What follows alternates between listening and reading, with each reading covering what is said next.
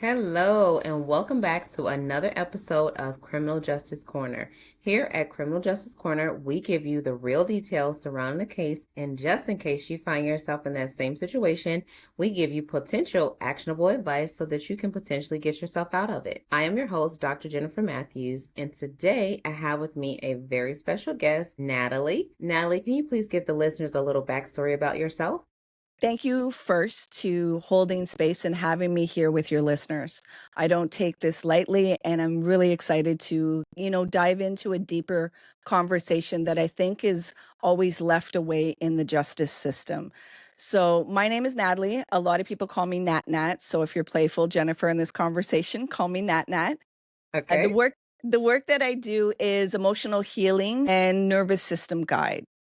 A lot of us don't realize how to tap into our biology. Many of us don't even know what the word nervous system is.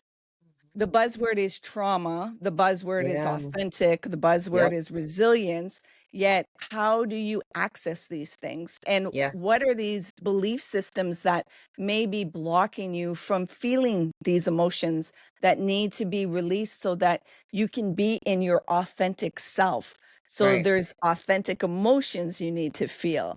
So, within that justice system and that justice corner, and when you've gone through experiences, you're supercharged with a lot of things that usually brings up all the things from your childhood that you possibly weren't aware of and you don't want to deal with, and you're very confused. So, what I do is help people to make sense of what their experience is and start becoming familiar with emotions, which can feel really yucky. It's really messy at the beginning, yet it's very empowering because then a lot of things start making sense and you start looking from the inside out, not the outside in. Absolutely love that because here at Criminal Justice Corner, we're always talking about different things. We're talking about death, we're talking about robbery, we're talking about home invasions, we're talking about this person did that to this person, that kind of thing. We rarely get the opportunity to talk about how to process those emotions, or what is the right way to process those emotions, or what do you do when that happens to you, that kind of thing. Like today's conversation is going to be really relevant for a lot of people because they have been victims or they know somebody who has been a victim. So the listener who's out there today, this conversation could help them, or they could help somebody else after listening to this podcast and be able to give them the tools that they need to proceed in a way that's helpful in a healthy manner in their grief and their loss, things of that nature, after becoming a victim of crime, loss, you name it, because of the criminal justice system. Because let's face it, crime affects everybody. That's why this podcast is here. So if you can process that grief, that loss in a healthy manner, that's the best way to proceed to go forward. So NatNat, please tell us, what is a way that we can process grief in a healthy manner? So, I want to begin with, the narrative that people think you get over grief or that grief is no longer there. Okay. And it's really honoring that grief will be a lifetime and it will pop up. You may have a stability, yet life is lifing, and then it Yeah. brings up things. And it brings up the vulnerability, and most times we haven't befriended that part. So when it comes up, we think, "Oh, it's just one time and that's it, and you're never gonna come back again." But when it's Okay. a visitor and it knocks and it's like, "Hi," and you're like, either you invite it in and you allow the process, or you try to shut the door and have to go through the whole process again. So it's Right. really learning to redefine what grief is for you, because it's an individual experience for everybody. One of the tools that I help people with grief or just being human is called a mindful moment. So, would you join me in this mindful moment, Jennifer, so I can show the listeners the tools that they have access to all the time? Sure. For the listeners, many listen to a podcast while they're driving or running or needing their visual. So when Yes. I ask to close the eyes, safety first, please keep your eyes open, yet you're Okay. able to follow the other prompts with me.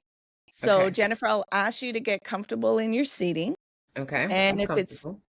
and if it's safe to do so, you're going to gently close your eyes, and you're going to begin breathing in and out through your nose. And you're going to bring your awareness to watching your breath go in and out through your nose. You're not going to try and control your breath.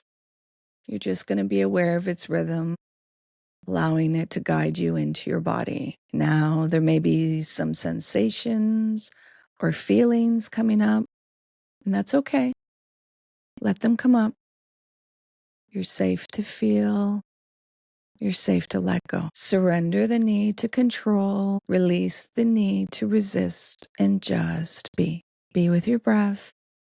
Drop deeper into your body. Now, there may be some thoughts or to-do lists or possibly some memories that have popped up. Gently bring your awareness back to your breath, creating space between the awareness and the thoughts and dropping even deeper into the body. Being in the presence of stillness, of being. Again, more thoughts may have popped up. Gently bring your awareness back to your breath, beginning again, creating even more space between the awareness and the thoughts, and completely surrendering into the body, being in the space of presence, being here, of allowing yourself to just be. Whenever you notice that awareness or those thoughts, just bring it back to the breath. Now, you may be now aware of certain things in your body that you weren't aware, maybe tension in your neck or stiffness in your shoulders. Maybe you have some knots in your stomach, or possibly your toes are curling up. This is just allowing the body to speak to you and releasing. Now, coming into your senses, coming into this moment at your own time and at your own pace, you're going to gently open your eyes while staying with your breath. And that's a mindful moment. That's a mindful moment to do a check-in.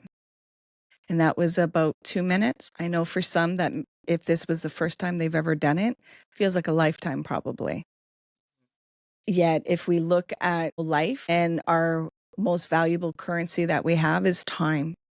Yes. And we have to give ourselves the permission to do a check-in to see what's going on internally. Many of our emotions hijack our behavior, and it's not intentional. It's just we, one, haven't been given a safe space to learn how to feel emotions and process them, especially as a child. Possibly as a child, whenever you felt big emotions such as sadness or anger, you were told that that wasn't the right emotion. So then you began shoving it down and not trusting those emotions. And emotions are trying to give you information, especially with the justice system. There's a lot of anger that comes up It sure is. because there's been loss, there's been a threat, there has been a violation. And many of us, especially in religious circles or spiritual circles, it can be said that anger is garbage. Don't be angry. There's nothing good that comes from anger. Yet anger is a healthy emotion. That's what keeps us safe as a human being. It's the behavior that we take because we don't know how to process and feel the intensity of anger, because it's a very intense emotion. And also, when we're feeling that anger, we don't even know how to be honest about it, to be vulnerable that underneath this anger, I'm feeling helpless. I'm feeling so sad. I'm feeling vulnerable. I'm feeling all this plethora of things, or I'm feeling and I don't even know how to put that into language. Right. So with that mindful meditation, how often should a person do that? Let's just say they're not even suffering through loss, but like that, personal check-in. How often should a person do that? As I do my check-ins with my breath all the time. Yet I have been doing this for 11 years now and really committed to it. So it just comes naturally that when I feel intensity of being triggered or emotions coming up, especially because I'm a parent of twin boys that are 15. Mm. So when all that supercharge comes up, I'm like, get in Yes. your breath, Natalie, get in your breath, and not the patterns and stories of other people and all this Mhm. stuff, or what my expectations. So, Yes. doing continuous check-ins. Even when you're speaking to somebody, you Mm. can bring your awareness to watching your breath. So you can pay attention to what's going on internally. Because when Okay. you start paying attention to what's going on internally, you're a better listener. Yes. You're aware of all these filters that are coming up. And then you're aware of, oh, I'm trying to change their narrative, or I'm not able to listen to this, or I'm already jumping to fix their problem and not It's so holding the true. space of simply listening. And I think a lot of people don't have that sense of active listening. They have the sense of active responding. They grasp onto that one thing and they're like, I'm just waiting to jump in, jump in. And it's like, no, listen to what the person is trying to say so that you can fully understand what they are saying before you try and, like you say, hijack the conversation, that kind of thing. Or take a bit of what they're saying and turn it into something that they didn't even mean, that kind of thing. Yeah. And so the work that I do with people is I bring them into meditations like this, but we go very profound for like about 20 minutes. Or Okay. when it's beginning, sometimes it's only 10 because it can be very intensive. When your nervous system starts to regulate, it starts to allow emotions to come up. And Okay. because my clients can co-regulate with me, it doesn't feel so intense. So they're able to feel the process and give some verbiage, and a lot of times it's a lot of emoting and crying, and I Yes. hold space without language for it. And as soon as they wanna speak, I'm like, "Just stay with the feeling." Mm-hmm. And we wanna talk our way out of it so that we don't Absolutely. feel it. We think our feelings, we don't actually know how to feel our feelings. Yes. And then I feel like possibly if you're talking it, you're kind of suppressing it in a way too, because you're like talking it away, not feeling it like you're saying. And so, at the beginning, it's very messy, there's a lot of emoting, yet there's a lot of aha moments because Mm. if some of the listeners, if they only experienced this once, many of them didn't even know that they could access their breath this way. Mm. They weren't even aware of the awareness. They didn't even know that they could, oh, wait, I had a thought and I could bring it back to my breath. I didn't know I could do that. Even if it was just a split second, you were Okay. still able to. A lot of people get very frustrated because their mind is going so much. And when you're in the justice system, your nervous Yes. system is very dysregulated. So you're in fight, flight, freeze, or fawn. So your brain is going, your nervous system is looking for what are the problems and let me Yeah. find how to fix it. But it's going to bring you negative outcomes.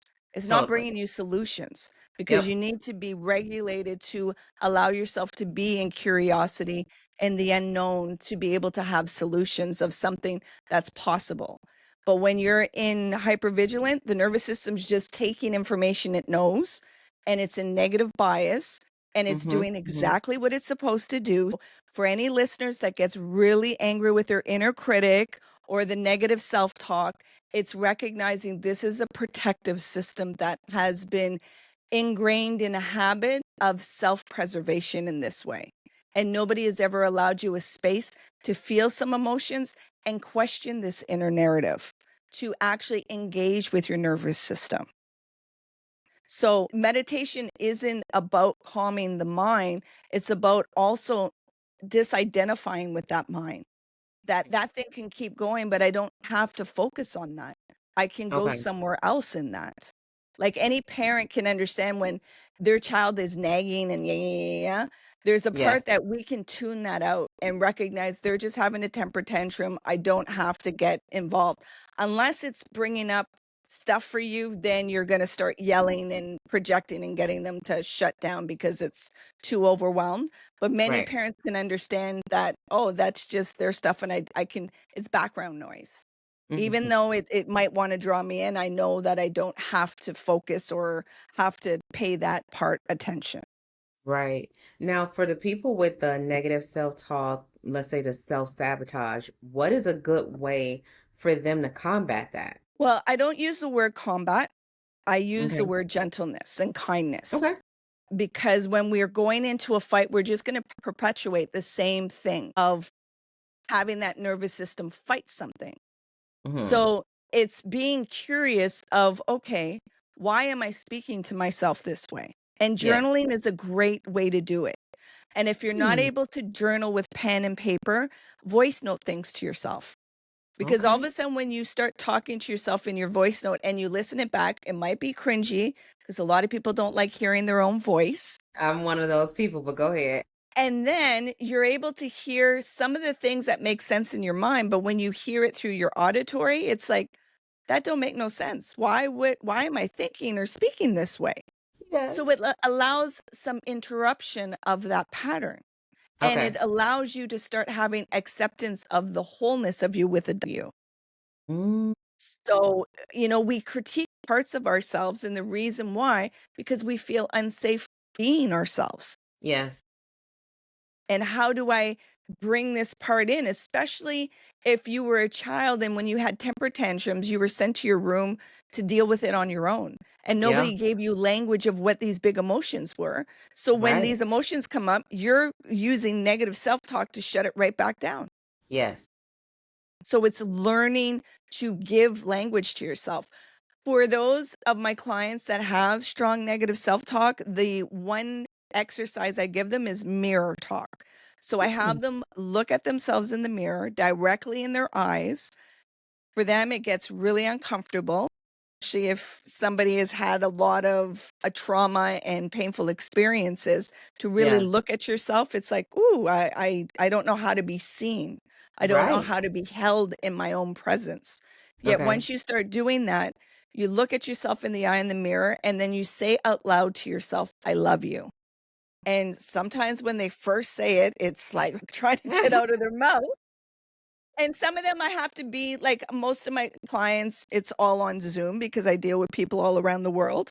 So sometimes I have to be in that bathroom or that mirror work with them so that they feel somebody present there and it doesn't feel too overwhelming. Okay. So saying I love you 3 times out loud and just keep staring at yourself in directly in your eyes, looking into Okay. your pupils, and then allowing whatever needs to come up to come up.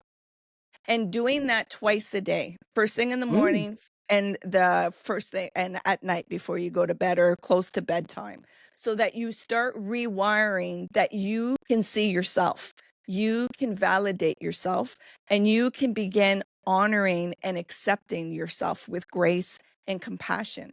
Compassion, when you have been traumatized and you have, like, especially complex trauma, it yes. is really difficult to have compassion for yourself. So that's why we say radical compassion. To have that gentleness and kindness, it feels repulsive. It doesn't feel Yeah. safe. I'm Yeah. more safeguarded. Don't tell me to be soft. I can't do that. I'm going to get harmed again.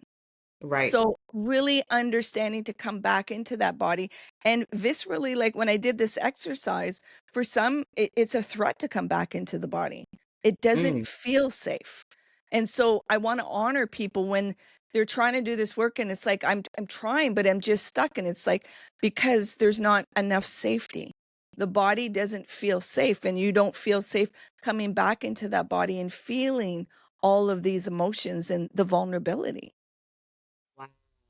Now, I always like to leave my listeners with takeaways, but that right there, like we were still going, but that right there I think is so powerful in itself, like for teenagers, for adults, for trauma victims, for people in the criminal justice system, for everybody, for self-esteem purposes. I think that is a powerful tool. If they could teach that in schools, do you know how many students have poor self-esteem?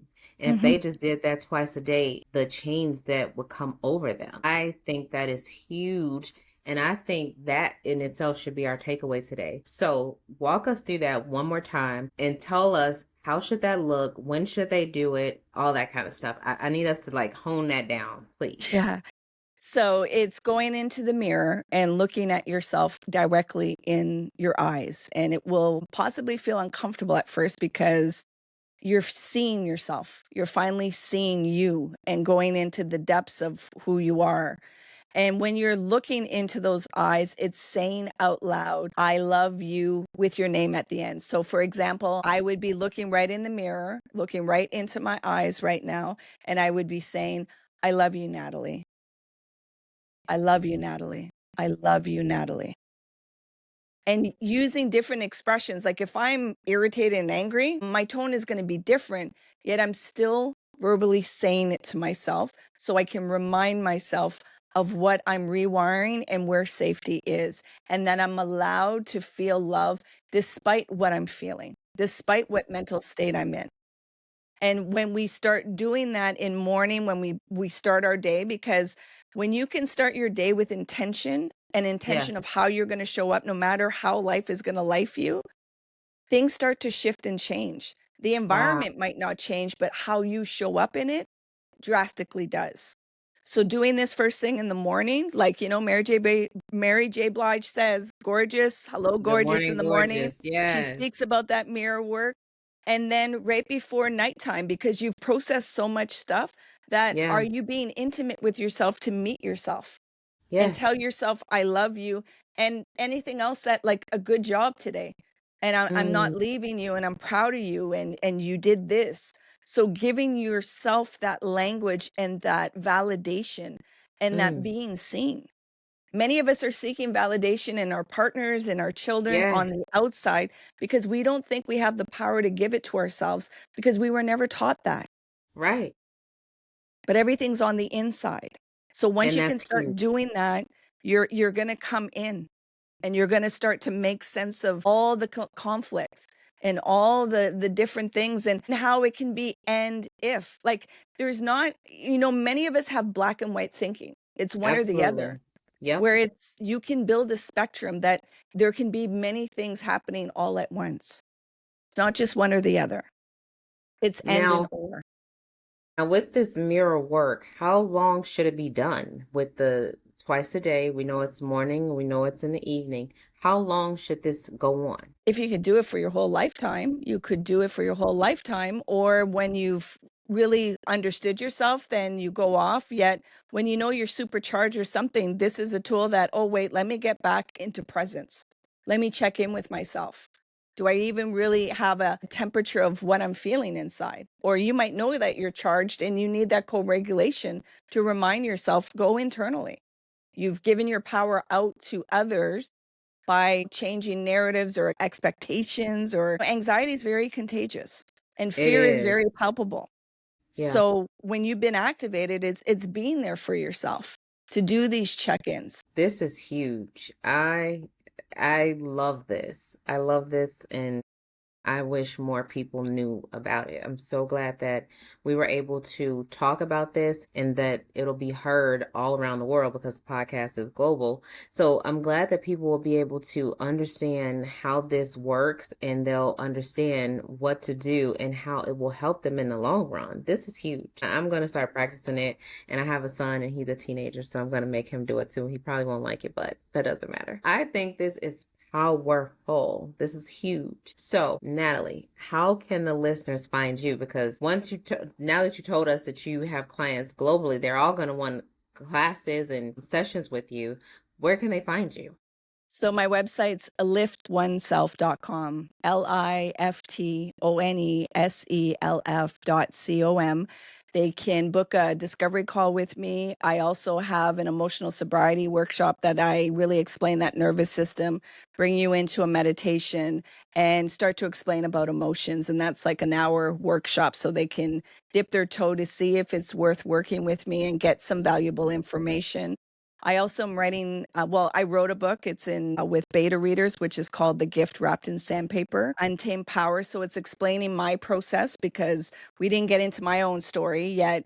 The reason why I have so much wisdom with this is because I've gone through so many different traumatic experiences from child to teen to 20s to 30s to 40s. So I have a plethora of different experiences. So I can relate to a lot of different things and really understand that nervous system. So they can reach me on my website. I also have a podcast called Lift Oneself.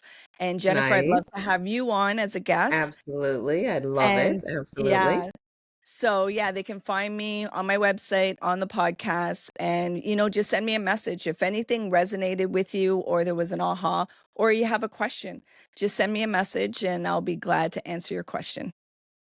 That is amazing. I am sure that your clients get tremendous resources when they talk with you, and they are so fulfilled at the end of each session because, wow, is all I can say. This is huge. This is so huge. And I just want to thank you for blessing our listeners today with this mindful meditation, one, and then two, this mirror work. I never even heard of the term mirror work until today. So hats off to you for that.